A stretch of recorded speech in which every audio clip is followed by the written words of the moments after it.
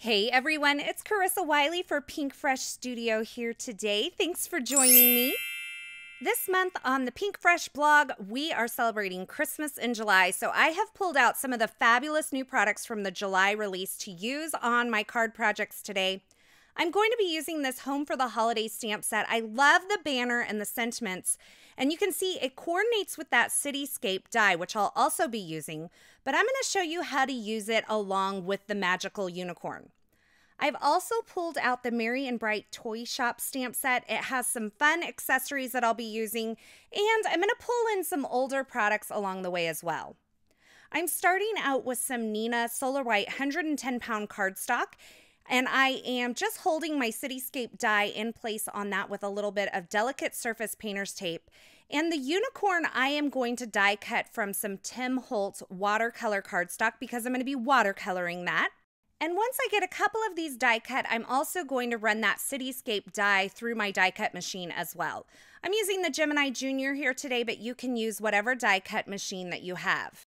Now, usually I like to do my stamping first and then die cut, but with these unicorns, there are several images that are combined together that are stamped kind of in different colors and segments on these die cuts. So when I have a die cut like this, I like to actually die cut first, and then I use the negative space inside my mini Misty here. You can see I have the head and the body all lined up within that negative space.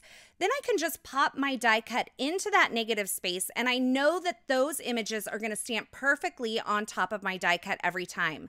This allows me to build several stamps on top of a single die cut, and it's my preferred way when I have to have all of these different elements line up together. Now for my stamping, I'm using the Gina K Amalgam ink pad. It is waterproof and Copic friendly, and since I'm going to be doing some watercoloring today, I thought I would go ahead and use that. You can use any permanent ink. Another one of my favorite permanent inks for watercoloring is the VersaFine Onyx Black Pigment ink. That is waterproof as well. You do want to make sure you heat set that before you watercolor. So I've grabbed a few of the Pinkfresh liquid watercolors. These are so beautiful. The colors are beautiful and they are so pigmented, but you do want to make sure that you give them a good shake before you use them. I have the bubblegum and the yellow, which escapes me the name, but I have several of the colors here. I'll be sure that I list them out for you. I'm just dropping them onto a craft mat, and then I'm taking my water brush and I'm actually dropping some water into each of these colors. You saw how very little of the watercolor I used, and I'm going to get great vibrant colors with these. Now that last one there on the end, that is actually the Licorice or the black watercolor, and I wanted to use that for shading, but to do that, I had to water it way down. So I'm just watering that down, and then I'm using that to add a little bit of shading along the bottom of my unicorn. I'm also mixing in some of the sky blue watercolor to give that kind of a blue-gray shading appearance. Now you saw when I first started out there, I had too strong of a color. I used a damp baby wipe just to pull up some of that color and kind of soften it just a bit. And then I just continued to water down my watercolors until I got the color that I want. Now for the mane and the tail, I wanted to create a rainbow color scheme, and I actually only used 3 colors to do this. I used the bubblegum, that yellow color, and the aquamarine. And I am allowing these colors to overlap, and when they overlap, it's going to give me my secondary colors, which is like your orange and your purple. Now, I went in with the bubblegum, and then the yellow, and then the aquamarine, and then I went back to the bubblegum to finish this off so that I would get that mix and create the purple as well. And like I mentioned before, I am just allowing those to overlap.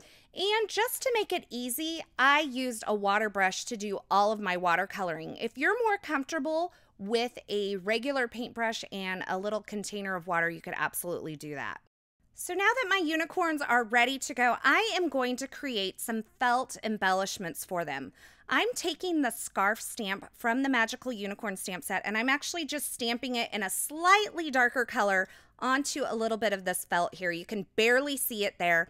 I'm going to do the same thing on this mint colored felt as well because I want to create 2 different scarves.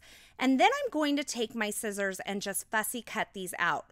Because there's not a separate die for the scarf, you will have to fussy cut these, but they're quite simple to fussy cut. The shapes are just kind of easy to go along with, and they don't need to be perfect. You're going to have a little bit of that white edge around it anyway, because when the stamp is stamped, you have the white edge on the die cut. So don't worry if you're a little outside of the lines. This is very forgiving. And I'm using some wool felt for this because I like the way it kind of holds up and die cuts. Now I played around with adding these tassel bows as well. They were a little too large for my unicorn. And now I'm pulling in the Brilliant stamp set, and I have this grouping of stars here. It has about 5 stars on it, and I only wanted 3 to stamp on the behind of my unicorn. So I went ahead and cut a couple of those stars off, and before I stamp these onto my unicorn, I'm going to make sure that that watercolor is good and dry, and then I'm going to prep the surface of my unicorn with a powder tool, and I'm going to stamp that little cluster of 3 stars on the behind of my unicorn, kind of like a little tattoo. And then I will take the horn from the Magical Unicorn stamp set, and I'm going to stamp that right onto my unicorn. Now you're going to notice I didn't do any masking. That's because I found it's easier just to stamp the entire horn. It is going to overlap on the top of the mane, but I can just take a dry paintbrush and knock away the excess embossing powder, and then it can look like it's sitting behind the mane or inside of that hair on top of the unicorn instead of overlapping the top of it. Then I just heat set my gold embossing powder. Now I have my unicorns ready to go, and I am going to use this Cityscape die to create a little background or window card for my unicorn. I just took my scissors and just kind of cut in a loose, kind of wavy pattern. I cut those buildings out of the bottom of that Cityscape die, and you can see now it has what looks like to be a snowbank instead.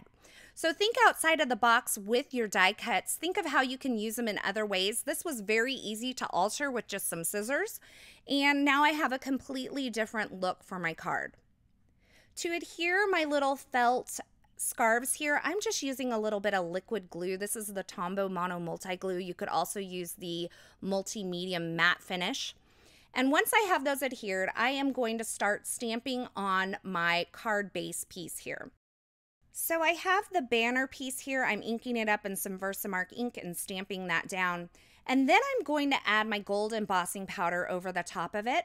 And this just helps me see to line up my sentiment. Now, I've inked up my sentiment and stamped it inside of that banner. I have not heat set anything yet. As long as you don't touch that embossing powder, which your sentiment shouldn't, you can go ahead and just stamp that without heat setting the first layer first. And then you can heat set it all at once. It's just a little bit of a time saver. If you're more comfortable, go ahead and heat set that first layer and then stamp your sentiment. You just want to make sure that you don't overheat the embossing powder when you're kind of heating up the sentiment, because you can remelt it. And I find that it kind of loses its sheen a little bit if you overheat it. Now this star stamp is from the Brilliant stamp set as well, and I thought this was a fun alternative to snowflakes on the bottom of my scene here. So I've just inked it up in some light mint ink and just kind of stamped it along the bottom. It has kind of that really free-flowing, kind of wavy feel to it anyway, and I just thought that was a fun way to bring in a few more stars onto this card. Now you can see I have a piece of vellum. It doesn't have to be an oval. I just happen to have a die cut oval in my vellum scraps. I've prepped that with my powder tool, and I'm stamping this star stamp once again onto that vellum to where it's kind of going to nestle beneath that banner that I created. And I'm using the same gold embossing powder and just heat setting that. Now to attach the vellum, I want a little bit of space between my card front and that vellum piece. So I am using foam adhesive on the back of this card front. And then I'm going to take, because I didn't feel like the banner was kind of jumping out at me enough, I'm just using a little bit of that same ink that I stamped the stars along the bottom of this card front with, and I'm using a water brush to pick up some of that ink off of a craft mat and add a little bit of color to that banner just so that it sticks out a bit more.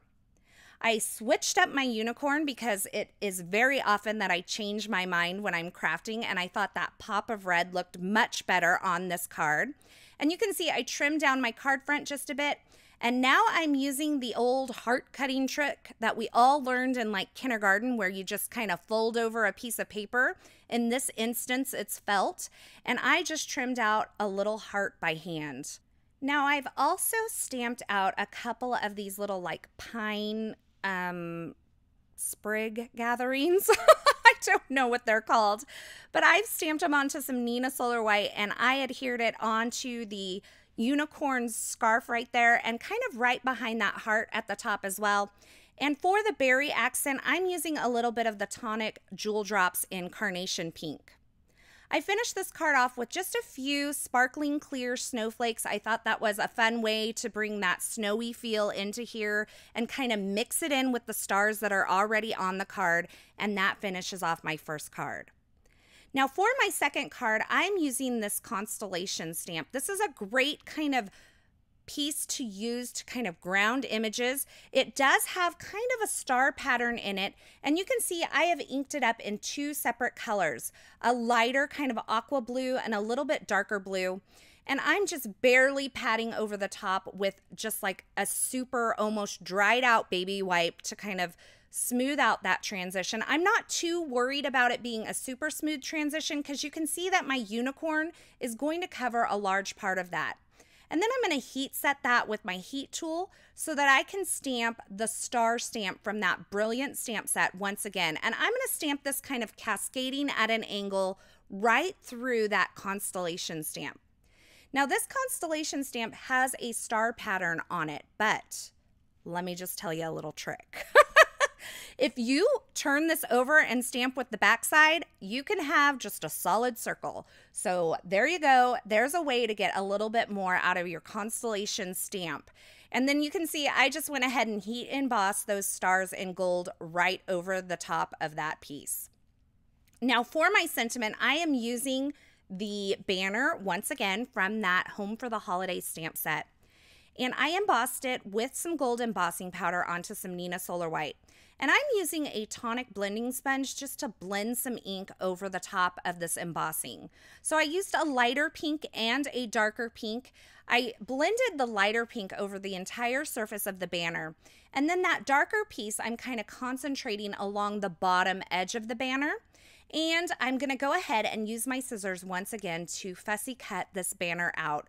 And I love the pop of pink on this card. Now you can see my unicorn here. I actually used some COPIC markers to color this one. It does have the mint scarf, but I use the RV 21, 23, 25, and 29 to color the mane of this unicorn. And I just love that kind of mix of pink and red with that blue background. It really just pops. And you can see I'm just adding some shimmery accents with my Tonic Nouveau glitter pen here. I also finished the second card off with some sparkling clear snowflakes as well, and I just thought those were the perfect accent mixed in with those stars. I love how the stars can kind of feel like snow or like a little bit of magic is happening behind this unicorn, because we all know unicorns are magical, right? As always, I will have links to the featured supplies in the description at YouTube below, so be sure to check that out. But for more information, go over to the coordinating blog post. I'll have that linked below as well. Over there, you'll find more still shots, more information, and links to all the supplies that I used for these projects. Thanks for stopping by today. I hope you enjoyed this Christmas in July series featuring some of the new release from the Pinkfresh Studio July release. It has a bunch of different Christmas themed products that you can also use throughout the year, and I can't wait to experiment with using this unicorn for maybe some birthday cards as well, and I have an idea for that, so stay tuned for that. As always, thanks for joining me and hanging out with me today. If you enjoyed this video, be sure to give it a thumbs up and don't forget to subscribe to this channel so you won't miss any of the fabulous card making and paper crafting video tutorials. Until next time, I hope you have a fabulous day.